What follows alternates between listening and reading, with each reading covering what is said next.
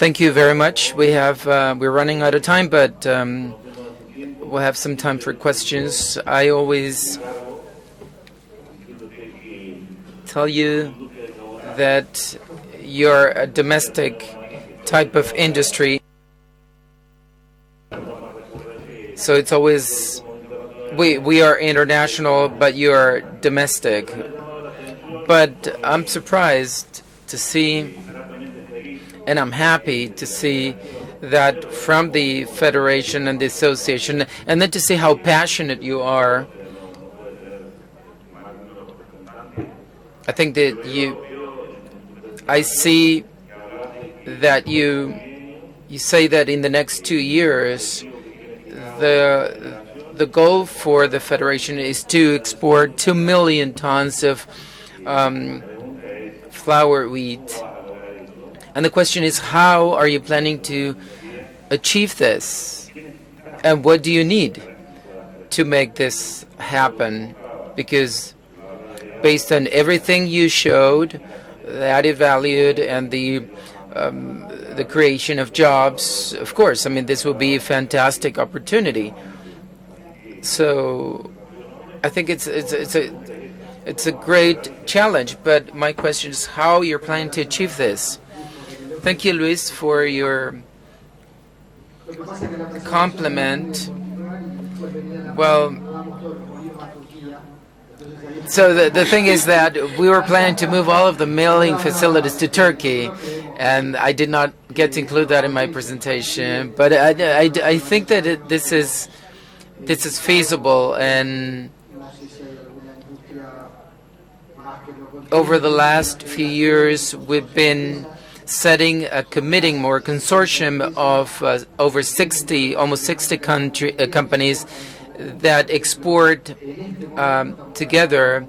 For example, right now, a ship is being loaded to Morocco, where each miller puts made pallets available to export feedstock to Morocco, and in that way, I think we can enter into different markets.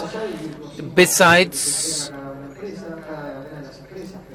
each of the companies' individual agendas, but we can do it. I mean, we can export together, and as I said during my presentation, what we need the most as an industrial link is public policies. Yesterday I listened to Gustavo, and he clearly stated that what we clearly need is the certainty, what is awaiting in the future, just to make sure that if we go this way, there is there's a curve or not. I mean, this certainty we need so as to plan.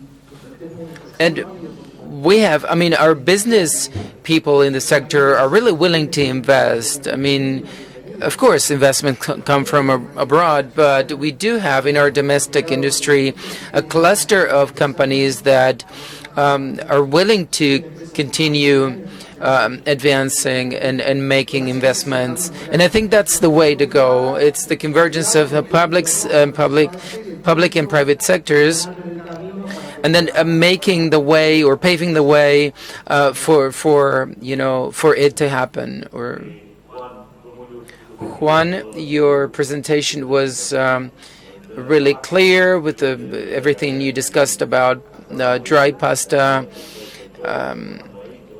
You're probably the newest one in the sector, so it was really great to present your vision. And my question is, since we are in this International Wheat Congress, what we want is to actually discuss about exports. Is what we really need as a country. And I saw in your presentation that the industry produces over 300,000 tons of dry pasta, and I really liked this drawing that you showed at the end of your presentation, and there was a flag an Italian flag there, and Argentinians we are sort of, Italy and Spain, but in South America, and Italians are the largest exporters of dry pasta to the world. What do we need to do as a market or industry to export, to have access to other markets? In WIFRA, do you have any strategies to increase exports? Well, Italy, yes. Italy is the largest exporter of dry pasta because they have something the rest doesn't have. That is kind of a brand name, and then a country that is not as competitive as Argentina. We also need to have a brand, and wheat can provide us with that brand name. That's why TrigAR is such an important forum, or because we can start building that brand name. But it is complicated due to the context and our microeconomics, the FOE context. I think we need to communicate better. That is, we need to expand or communicate our passion. And at WIFRA, we want to actually make this sector the Italy of South America, because we have, we have the tradition, we have the machinery, we have the human resources, the Italian roots. So yeah, we are on track. We are exporting less than 10%. Yeah, that's true. But we have an idle capacity which is really huge, and the same capacity as in milling, and we cannot double consumption in 1 or 10 years. That's why export is really a pending issue, and it's really essential. Daniel, in your presentation, we had a look at the countries we export, and basically was Bolivia and Brazil, with some other trials in South America. A neighboring country we have is Chile. Why aren't we exporting to Chile?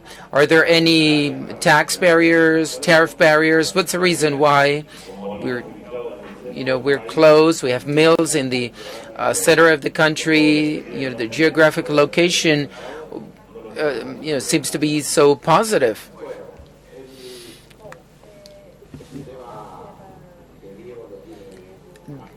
Diego probably knows this better than myself, but we have some access to free trade areas, Iquique and Arica and Punta Arenas in the south. These are Chilean regions, but the central Chilean regions is really difficult, since it's really there are many delays to cross the border, different tests that we need to make. I don't know I think that there are some restrictions, I guess, but this is a destination where regulations and are really stringent, and and having a truck in the border parked, it's not really a nice thing, and we don't have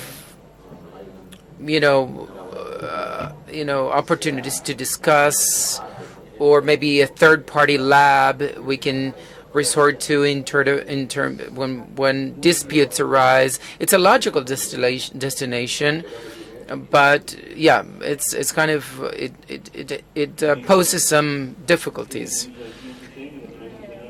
You're also an engineer, an agricultural engineer, and the question is, which are the main challenges for agriculture, and particularly wheat? Well, I briefly referred to it in the presentation as there is an opportunity in terms of genetic improvement of wheat linked with the new international opportunities. Last November, I visited the Castilla and León board in Spain, where Ciro Group, the most important baking industry in Europe that trades through all of the baking products and dry pasta, working directly with genetic companies, vegetable genetic companies to produce the kind of grain, flour, seed, and product we need in the next years, in the next 10 years. So I think that the coordination between our capacities and our institutions, INTE is an important player, working together with the private sector. I think this is the greatest challenge we have. I saw that in Ciro Group in Spain. They have their own lab working in the AG sector. So, and with the universities, right? The Salamanca University was one of the oldest in the country, is right there in the Ciro Group. So, this is, this is a weakness we have in Argentina because of this partnership between the private sector, the different stages, INTE, and the science and technology centers at universities. We have a lot of potential, and we're not really taking advantage of it. And this is, for me, a great opportunity to consider this this search, to meet, to get together and start adding value, because we have, and particularly wheat, both primary processing and all of the other parts of the chain. So I'm so happy to be here and be able to meet all of the other parties. Thank you very much for your presentations.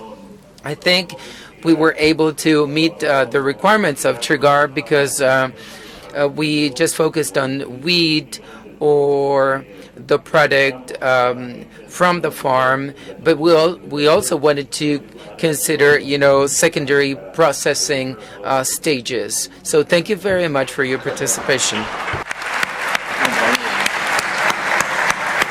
Gracias, Luis.